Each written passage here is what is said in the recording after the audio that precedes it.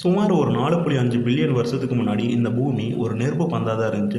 சூரியன்லேருந்து வந்த பல விண்கல் இது மேலே மோதி ஏகப்பட்ட பரிணாம வளர்ச்சி அடைஞ்சதுக்கப்புறம் தான் மனுஷங்களும் உயிரினங்களும் வாழ்கிறதுக்கு ஒரு தகுதியான இடமாகவே மாறுச்சு. சொல்லப்போனால் பூமி முழுமையாக மாற்றம் அடைஞ்சு 3 லட்சம் வருஷம் கழிச்சு தான் இந்த பூமியில் மனுஷனே தோன்றினான். அதுக்கு முன்னாடி பல உயிரினங்கள் இங்கே வாழ்ந்திருக்கு. பெரிய விண்கல் மோதி அது எல்லாமே அழிஞ்சதாக சொல்லப்படுது.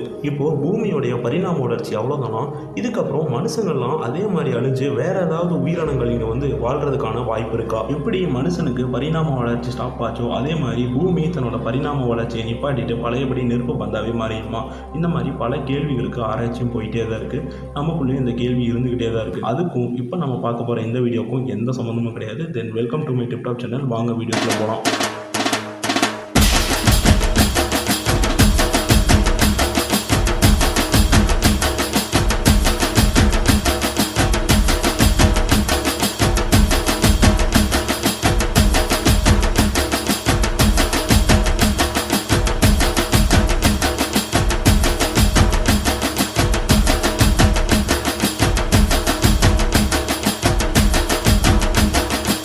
இந்தியாவில் இருக்கிற 5 பெஸ்ட் டூரிஸ்ட் பிளேஸை பற்றி அந்த வீடியோவில் ஃபுல்லாக பார்க்க போகிறோம். ஸோ ஸ்கிப் பண்ணாமல் பாருங்கள். வாங்க வீடியோக்குள்ளே போகலாம். Number 5 UP.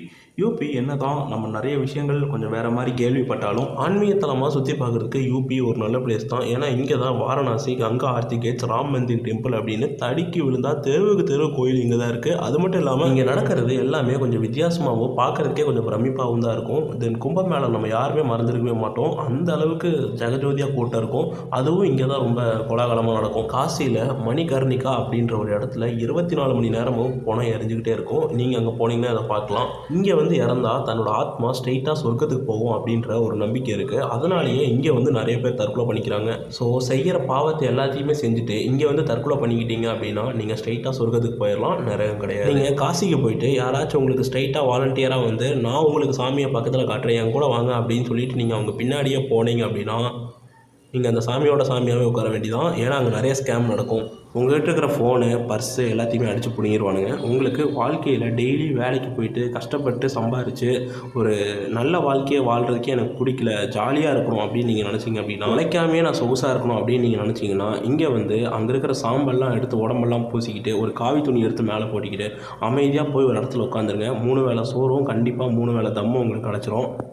3 வேளை சோறு 2 வேளை பீர் எங்க கிடைச்சாலும் இந்த சூசைக்கு ஓகே தான் சார். இப்போ புதுசாக கட்டப்பட்ட ராமர் கோயில் இது அயோத்தியாவில் இருக்குது. இதுக்கு பின்னாடி ஒரு பெரிய வரலாறே இருக்குது. சொல்லப்போனால் 500 வருஷம் கதை இருக்குது இதுக்கு பின்னாடி. இது உண்மையாலுமே ஒரு சூப்பரான இடம் தான். இங்கே இருக்கிற ஆர்கிடெக்சர் எல்லாமே அவ்வளோ சூப்பராக கட்டியிருப்பாங்க. ஒன்னொன்னையும் பார்த்து அவ்வளோ செமையாக கட்டியிருப்பாங்க.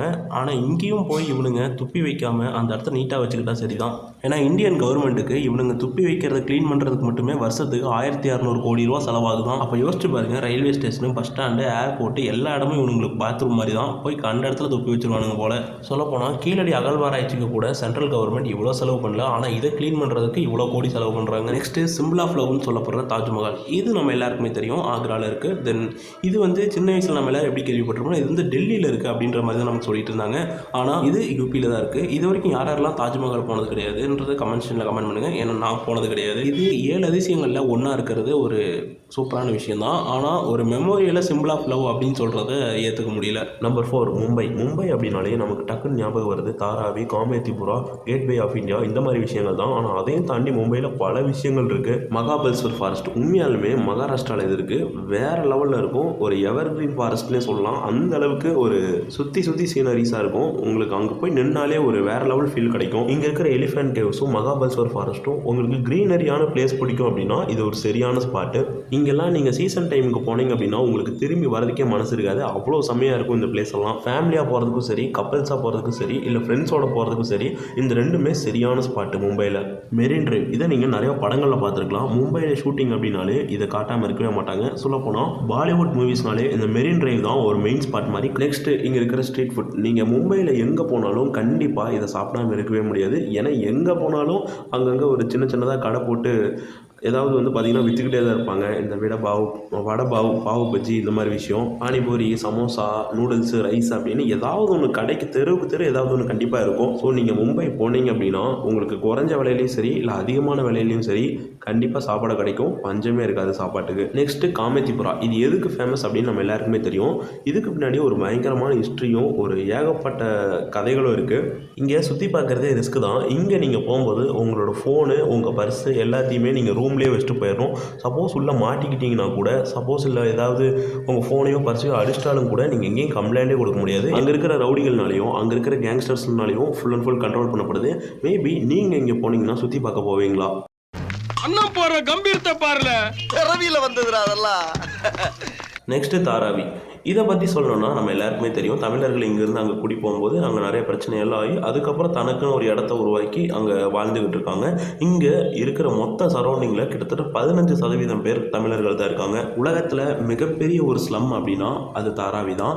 அதே மாதிரி உலகத்தில் மோஸ்ட் எக்ஸ்பென்சிவ் ஹவுஸ் அப்படின்னா அது நம்ம முகேஷ் அம்பானியோட ஆன்டில் ஹவுஸ் தான். அந்த மாதிரி பல விசித்திரமான இடங்கள்லாம் இருக்கிறதுனால தான், அதாவது இந்தியாவிலேயே இருந்து மும்பைக்கு போகிறவங்களும் சரி இல்லை ஃபாரின்லேருந்து மும்பை வரவங்களுக்கும் சரி, ஒரு டிசப்பாயின்மெண்ட் ஆகாத ஒரு இடம் அப்படின்னா கண்டிப்பாக மும்பையை தான் சொல்லணும். உலகத்திலேயே அதிகப்படியான பணக்காரங்க வாழ்கிற இடமும் மும்பை தான். அதே மாதிரி உலகத்திலேயே அதிகப்படியான ஏழைங்க வாழ்கிற இடமும் மும்பை தான். மும்பையை பொறுத்த வரைக்கும் நீங்கள் லோ பட்ஜெட்லேயும் சுற்றி பார்க்கலாம், ஹை பட்ஜெட்லேயும் சுற்றி பார்க்கலாம். ரெண்டுக்குமே என்டர்டெயின்மெண்ட்டில் பஞ்சமே இருக்காது. Number 3 Delhi. Red fort, lotus temple, India gate, அகர்சின் கி பாலி அப்படின்னு சுற்றி பார்க்குறதுக்கு ஏகப்பட்ட விஷயங்கள் இருக்குது. சொல்லப்போனால் எல்லாமே ஒரு ஹிஸ்டாரிக்கல் பிளேஸ் தான். ஒவ்வொரு பிளேஸுக்கு பின்னாடியும் பெரிய பெரிய ஹிஸ்ட்ரி இருக்குது. சொல்லப்போனால் சின்ன வயசில் நான்லாம் இந்தியா கேட்டுக்கு பின்னாடி தான் பாகிஸ்தான் இருக்குது அப்படின்னு நினச்சிட்டு இருந்தேன். ஆனால் அப்படிலாம் எதுவுமே கிடையாது அப்படிங்கிறது என் மரமண்டைக்கு லேட்டாக தான் புரிஞ்சுது.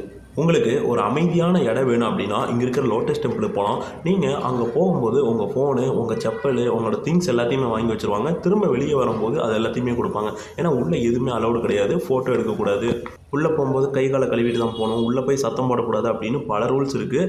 நைட் டைமில் இந்த இடம் சூப்பராக இருக்கும். ஆனால் நைட் டைமில் அதை க்ளோஸ் பண்ணிடுவாங்க. சாம்பார் ஆப் எனக்கு.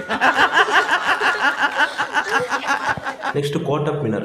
உலகத்திலேயே செங்கல்ல ரொம்பவே உயரமான ஒரு டவர் கட்டப்பட்டுச்சுன்னா அது இதுதான், கோட்டப் மினர். சொல்லப்போனால் இது உண்மையாலுமே ஒரு செமையான பிளேஸ் தான்.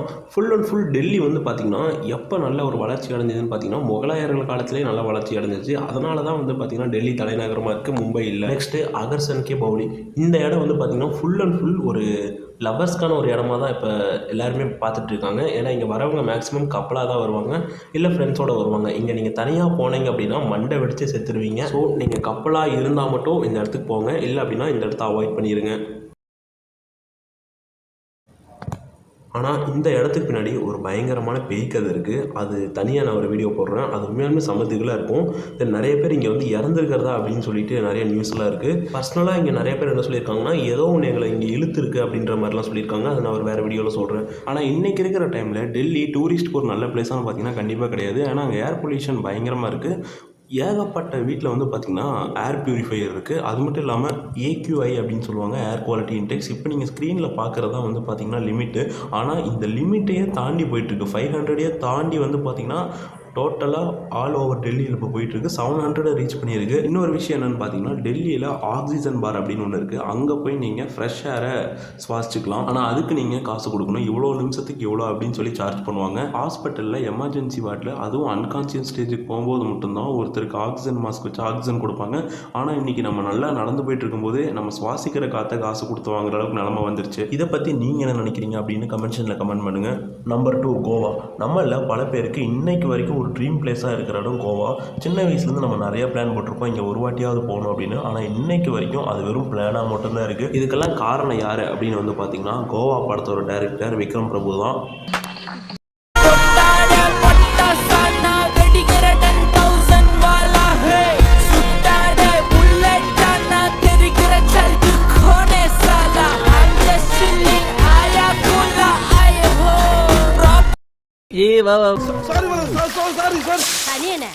உண்மையாலுமே கோவாலாம் வந்து பார்த்தீங்கன்னா என்டர்டெயின்மெண்ட்டுக்கு ஒரு பஞ்சமே இல்லாத ஒரு இடம் தான் சொல்லணும். Hot air balloon, scuba diving, beach அப்படின்னு சொல்லிகிட்டே போகலாம். சுற்றி பார்க்குறதுக்கு இங்கே ஏகப்பட்ட இடங்கள் இருக்குது. அதுவும் இங்கே இருக்கிற அந்த தூத்சகர் ஃபால்ஸ் எல்லாம் வந்து இந்த ட்ரெயினில் பார்த்துட்டே போகும்போது வேறு லெவலில் இருக்கும்.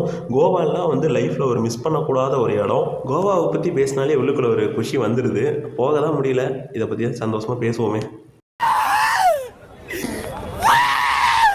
அதுவும் அந்த நைட் லைஃப் பார்ட்டியெல்லாம் வேறு லெவலில் இருக்கும். போயிட்டு வந்தவங்க சொன்னாங்க, நான் சொல்லலை. உங்களுக்கு மூக்கு முட்டை குடிச்சிட்டு நல்லா என்ஜாய் பண்ணுறது பிடிக்கும் அப்படின்னா நீங்கள் தாராளமாக கோவா போகலாம். ஒர்த்தான பிளேஸ். கொட்டி கவுருடா. நம்பர் 1 காட்ஸ் ஓன் கண்ட்ரின்னு சொல்லப்படுற கேரளா. இங்கே வந்து க்ரீனரியான இடம். சுற்றியே வந்து பார்த்திங்கன்னா ஃபாரஸ்ட் தான். நீங்கள் எங்கே சுற்றி பார்த்தாலும் உங்களுக்கு வெறும் அந்த க்ரீனரியான இடம் தான் இருக்கும். தென் ரசிக்கிறதுக்கு அவ்வளோ செம்மையாக இருக்கும். கொச்சியாக இருக்கட்டும், அலப்பையாக இருக்கட்டும், மூணாறாக இருக்கட்டும், பாலக்காடாக இருக்கட்டும், தேக்கடியாக இருக்கட்டும், எங்கே போனாலும் வந்து இயற்கையை ரசிக்கிறதுக்கு பஞ்சமே இருக்காது. நீங்கள் ஃபேமிலியோடு போனாலும் சரி, இல்லை ஃப்ரெண்ட்ஸோடு போனாலும் சரி, எப்படி போனாலும் சரி, என்ஜாய் பண்ணுறதுக்கு கேரளா ஒரு தரமான பிளேஸ். நீங்கள் மூணாறுலாம் போனீங்க அப்படின்னா மேகத்தையே கையில் தொடலாம். சொல்லப்போனால் நீங்கள் அந்த ஸ்பாட்லேயே நிற்கும்போது இயற்கையாக உங்களை சூழ்ந்து நின்ன மாதிரி ஒரு ஃபீல் ஆகும். இங்கே நீங்கள் ஹைக்கிங்கு, போட் ரைடு, ஹவுஸ் போட்டு, ஜிப்லைனு அப்படின்னு என்ஜாய்மெண்ட்டுக்கும் பஞ்சமே இல்லாமல் நிறைய பிளேசஸ் இருக்குது. அதே மாதிரி நிறைய கேம்ஸ் இங்கே வச்சுருக்காங்க. அதனால தான் டூரிஸ்ட்டுக்கு கேரளா என்றைக்குமே நம்பர் 1 பிளேஸாக இருக்குது. அது மட்டும் இல்லாமல் இவங்க இயற்கையை நல்லா பாதுகாக்கிறதுனால ஏகப்பட்ட பேர் இந்த சீனரியை ஃபோட்டோ எடுக்கணும் அப்படின்றதுக்காகவே இங்கே வராங்க. ஒரு வழியாக இந்த வீடியோவோட முடிவுக்கு வந்துட்டோம். அதுக்கு என்னங்கிறப்ப உண்மையாலுமே சொல்கிறேன், இந்த ஃபோனை வச்சுட்டு நான் எடிட் பண்ணி முடிக்கிறதுக்குள்ளே நொந்து நூலாயிட்டேன். ஞாயிற்றுக்கிழமை ஃபுல்லாக உட்காந்து எடிட் பண்ணுறது, நைட்டு வேலையை முடிச்சுட்டு வந்து உட்காந்து எடிட் பண்ணுறது, இந்த மாதிரி தான் போயிட்டுருக்கு. இந்த வீடியோ உங்களுக்கு பிடிச்சிருந்தா வழக்கம் போல் நமக்கு சப்போர்ட் பண்ணி நம்ம சேனலை வளர்த்து விடுங்க. இதை விட நல்ல நல்ல காமெடியான வீடியோலாம் பார்க்கலாம்.